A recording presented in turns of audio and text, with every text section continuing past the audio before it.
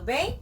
Aqui é a Prof. Fran, professora de redação, e nós vamos continuar a nossa conversa sobre o texto dissertativo, o texto do Enem. E alguns alunos me procuraram e pediram para que eu reforçasse e desse mais exemplos de tese. Eles dizem que tem problema quando o professor fala, olha, a sua tese não ficou clara, ou a sua tese é fraca, e ele fica com aquele cuco na cabeça, mas onde que está a minha tese? Como assim ela está fraca? Então hoje eu vou mostrar como tornar a tese evidente e como usar palavras de juízo de valor para evidenciar a sua tese e também os seus argumentos dentro do texto, certo?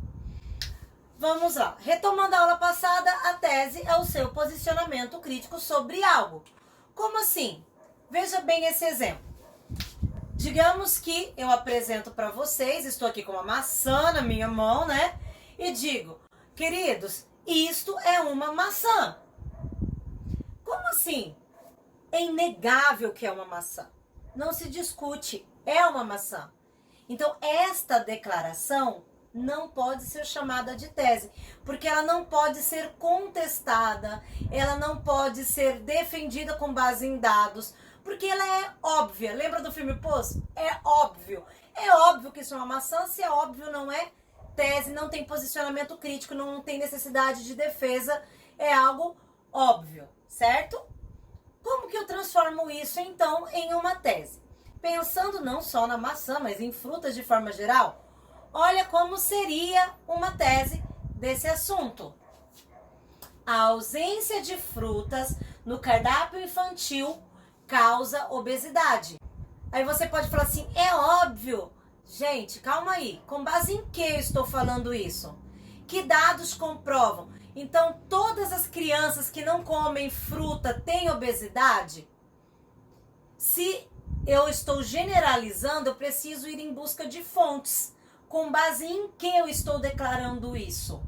Quais são os casos, os fatos, os números? Onde que saiu uma reportagem sobre? Então, agora quando eu vou em busca de comprovação, eu estou falando de uma tese, porque ela é um posicionamento crítico e ela tem como ser defendida e fundamentada lá nos parágrafos de desenvolvimento. Agora vejamos, como eu formulo uma tese? Veja bem, agora talvez você esteja questionando, como é que eu vou formular as minhas teses? Eu coloquei aqui para vocês algumas questões que te ajudam a pensar em uma tese, ok?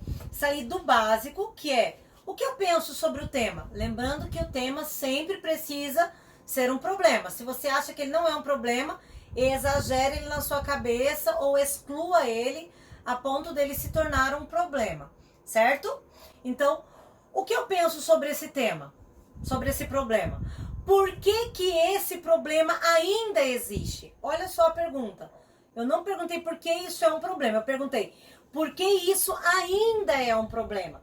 Quando eu pergunto por que isso ainda é um problema, eu quero entender por que que ele não foi resolvido até o presente momento. O que está acontecendo de errado? Todas essas questões vão levantar a sua opinião crítica, que vão te ajudar a escolher uma boa tese. O que está impedindo ele de ser resolvido? Quem que está sofrendo com isso? Quais as causas? Quais as consequências? Continua questionando, que isso vai te levar a boas ideias de tese. Vamos ver se vocês entenderam? Aqui para vocês uma atividade, certo?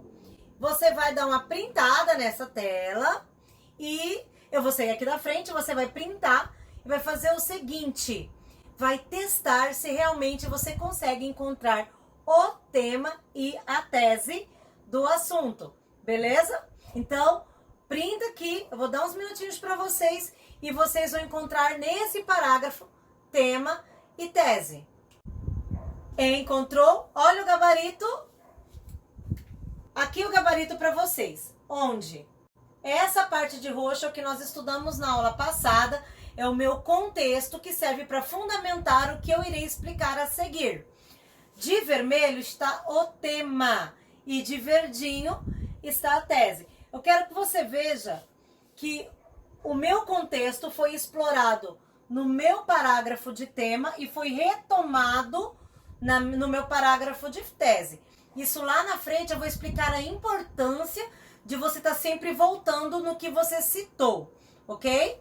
Agora veja, eu usei, até recomendo para você assistir o documentário Muito Além do Peso, tem ele inteirinho no YouTube, você encontra fácil no Google, é um documentário premiado sobre obesidade infantil.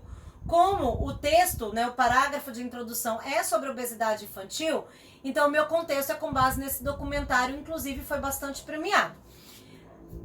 Aqui tá, Muito Além do Peso, qual que é o conteúdo desse documentário e a opinião crítica já dentro, tá? Ó, a despreocupação e a ignorância resultam em um crescente número de obesidade infantil. Então, aqui já tem um pouco de opinião crítica.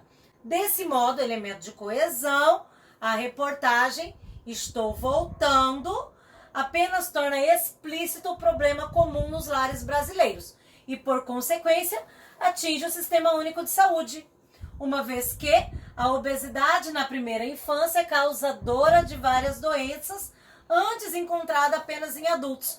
Então, qual que é o tema? Obesidade infantil. Aqui eu usei um elemento, né, de sinônimo, na primeira infância. Agora, veja bem, aqui tem que estar a minha tese. O tema é obesidade infantil, essa não é a tese, o tema macro, o que vai reger todo o assunto. Quando eu olho aqui, por que que isso até hoje não foi resolvido? Lembra? Aquela questão levantada? Sendo assim, é ineficiente o sistema de educação alimentar atual, exposto no documentário. Voltei. Seja devido à ausência de estudos dos alimentos desde a infância, porque eu disse isso aqui. Aí eu usei, ó, seja também essa duplicação de elementos de coesão, seja por, ou tanto quanto, isso evidencia a tese para o corretor encontrar mais rápido, certo?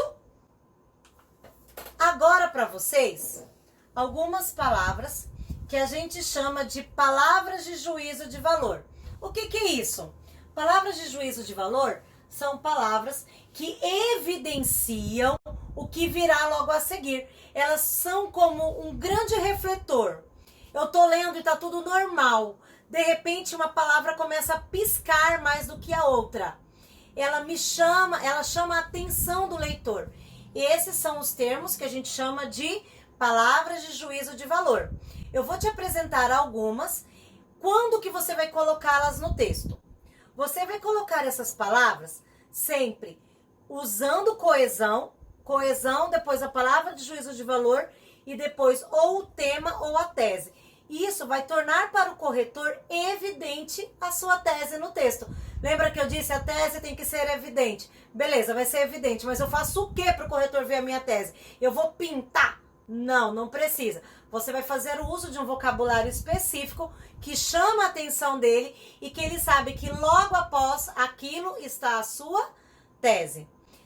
Vamos lá? Agora, printa essa tela, certo? Vou sair da frente e dar um printzinho aí. Hora do print.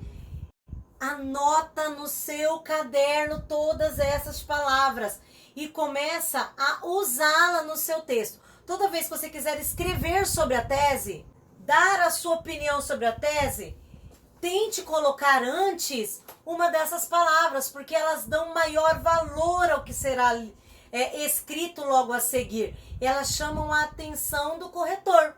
Vamos ver como é que ficaria? Olha o exemplo que eu trouxe para vocês. Nesse âmbito, elemento de coesão, pode-se analisar que essa problemática persiste. A problemática retoma ao tema, persiste, e isso é uma palavra forte. Por que que o problema continua? Virá a explicação logo a seguir. Outro sim, é válido salientar a ineficiência. Salientar a ineficiência, chamar a atenção para como que o sistema é ineficiente, como isso que vai acontecendo não está trazendo resultados. Use o termo. Ó, mais um. Visando uma sociedade mais justa, é mister repudiar. O que é mister repudiar? Então, você chama a atenção agora para a importância de ir contra, de não aceitar, de repudiar aquilo, ok? Em uma primeira abordagem, é importante sinalizar o inadequado costume alimentar, entendeu? Então, quando eu coloco sinalizar o que é inadequado, e eu explico logo acima, logo em seguinte, certo? Então, a partir de hoje, quando você for escrever a sua tese, você vai colocar a omissão leva a isso, o obstáculo enfrentado, o negligente ou a negligência presente, tá? É importante repudiar. Eu quero que você comece a evidenciar a sua tese por meio de palavras de juízo de valor, certo? Procure agora, vamos voltar aqui, veja que eu utilizei essas palavrinhas de juízo de valor algumas vezes na hora de criar essa introdução. Então, quando eu falo assim, ó, torna explícito o problema, quando eu cito isso, eu estou evidenciando, eu estou dando um valor ainda maior. Então, antes de eu colocar o tema, eu escrevi torna explícito. Agora, veja bem, a minha tese é essa parte de verde, ok? Aqui tem o meu elemento de coesão. E aí eu escrevo, é ineficiente. Quando eu escrevo é ineficiente, eu falo, nossa, então realmente é algo muito ruim. O corretor vai começar a prestar atenção, porque você deu uma dica que o que vem logo a seguir é algo que precisa ser resolvido. Se o tema é um problema e precisa de solução, nós estamos no caminho certo. Agora, não podia faltar o nosso desafio da semana. Qual que é o desafio da semana? Eu gostaria que você pensasse no tema que eu vou lançar aqui, já o spoiler, o tema de sexta-feira.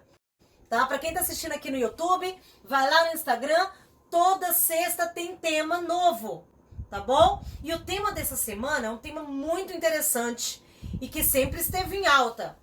A invisibilidade do deficiente intelectual e as consequências da exclusão social desse grupo. Então, olha a problemática. Eu tenho os deficientes intelectuais, tá bom? Eles são invisíveis para a sociedade. A gente não vê, não se importa, eles não circulam, ok? Como que essa exclusão social traz consequências grandiosas para toda a sociedade.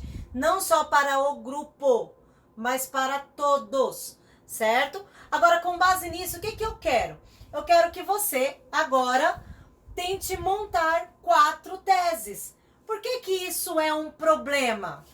Por que que esse problema ainda existe? O que que está impedindo ele de ser resolvido? Quais as causas do problema? Quais as consequências do problema? A aula de hoje veio para te ajudar a montar uma boa estratégia de introdução. Eu gostaria que você voltasse, pegasse as palavrinhas de juízo de valor que você anotou e, ao criar a tese, tente colocar antes as palavras de juízo de valor. Isso vai fazer com que o corretor preste maior atenção na sua tese e que te dê, assim, uma nota melhor, porque até você vai conseguir dar um melhor segmento ao seu raciocínio, ok? Na próxima aula, nós vamos conversar agora sobre o desenvolvimento e os elementos de coesão. Eu aguardo vocês até semana que vem. Não esqueça de deixar um like aí e compartilhar com os amigos, porque educação de qualidade deve ser ao alcance de todos.